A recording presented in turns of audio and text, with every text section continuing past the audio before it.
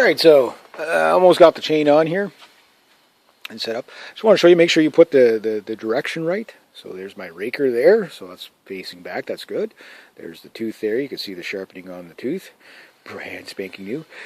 These little marks here are for your pitch for sharpening. And there's two angles that you got going on a chain. One angle you got this way, then one angle you got kind of like this. So you're really, if you're thinking about it, you're on a kind of an angle. That's over dramatic, but so you got to pitch up and back. So you got pitch this way and then pitch this way, right? So just something to be mindful of. That's what those marks are. Mind you, when you get down to there, if you sharpen this chain properly the entire way, you could get down to that much tooth. Although those teeth probably break. That chain's not going to cut very well by the time you get to that. But this is a new chain, so obviously I got fresh starts. Should get some pretty nice cutting, and I'll keep it topped up so that I'm not basically, running on a dull chain. Keeping the rakers. This is what clears the sawdust out of the way. So what you want, these got to stay lower than this. They got to stay kind of even together, so that they do their job to clear all the sawdust out of the way for the tooth. So the tooth does the cut, and then this kind of like pushes the sawdust out of the way, and then the next cut, and so it's like it just clears a channel to get the maximum bite out of the tooth. But if your rakers are higher than your tooth, then your saw just sits there and spins. It doesn't cut. Now there's a little nub right here. You can see there's the adjustment screw. I know it's not the best. Don't worry about this one. It's this one here. So these are sitting on the studs. You can see, and then obviously this sits in the sprocket. You can see how that sits in the sprocket. Now, what you're going to do is you want to give yourself enough adjustment so you can go forward or back. So if you need to loosen the chain or tighten the chain, you can do it. Now, this chain actually is almost like dead on for size-wise. Like once everything's sitting in there proper and stuff like that, it's going to be pretty good. The other thing, too, is on the bar here. If you feel like a sharp edge, like I just filed it off, that's got to be smooth. If you feel like a sharp edge right here, right where my finger is, okay, then I'll get it on the other side where the sun. I'm always, for a guy who does photography, you think I'd know how to do lighting, eh? But anyway, this edge here, this edge right here, if this edge at all is sharp, it will bind up your saw in the log. So you have to just take a file and just kind of take that burr off, which I've done. That's why it's a little bit shiny right now. And you do the top, you do the bottom. Be very careful around the edges and stuff like that, because you don't want to distort nothing. So anyway, that's how it's done.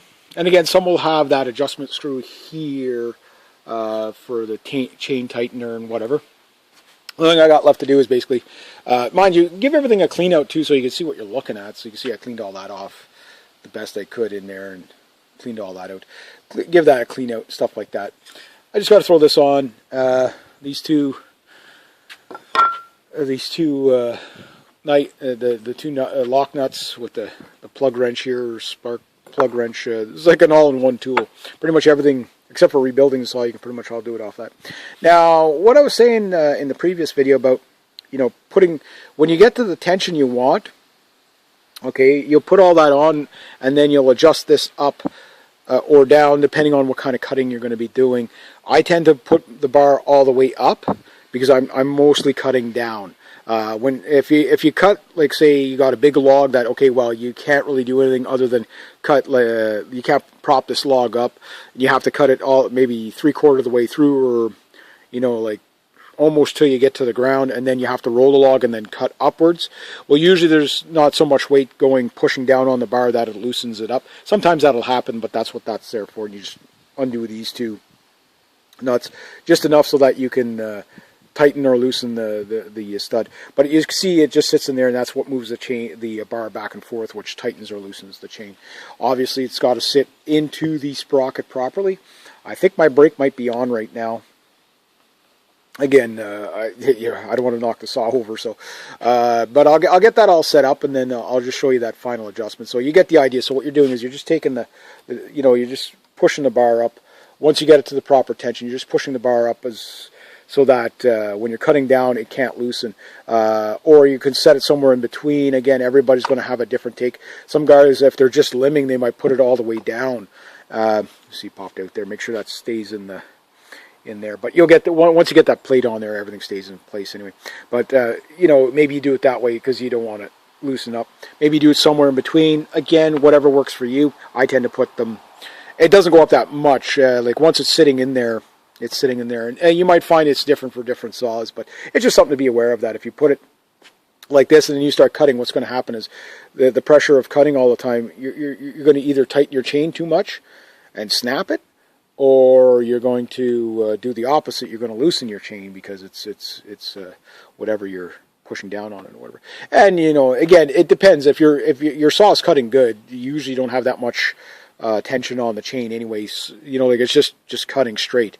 There's no force on it, so it doesn't take as much. You don't have to white knuckle anything here. Everything here is you snub it tight enough that it's going to do the job, but not so tight that it's going to be going loose on you, or so loose that it's you don't want your chain hanging down like that. Although there are some guys that will cut with a saw like that, and they got their reason for doing that.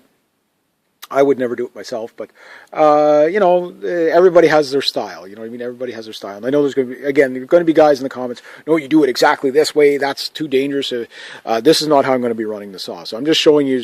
You can see it in stages how it goes on. So I'm going to get that on there, get that out, run up, and do maybe a couple of test cuts with it.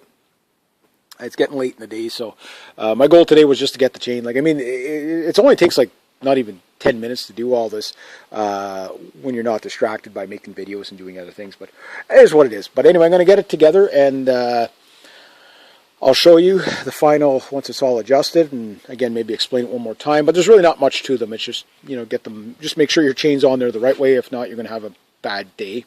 I don't know what happens when you put on a chain in reverse. If it just kicks back on you, or what happens. I just can't see anything healthy happening. So they only kind of go on one way anyway, usually. But sometimes if they do fit the other way, you could be. Yeah. Just be careful on that one. So anyway, there we go. So I'm going to get this all set up, ready to go, start her up, and do a couple of test cuts, and then I can get back to doing my wood, and hopefully get it all done before the freaking snow gets here. It's snowing out west right now as we speak, so yeah.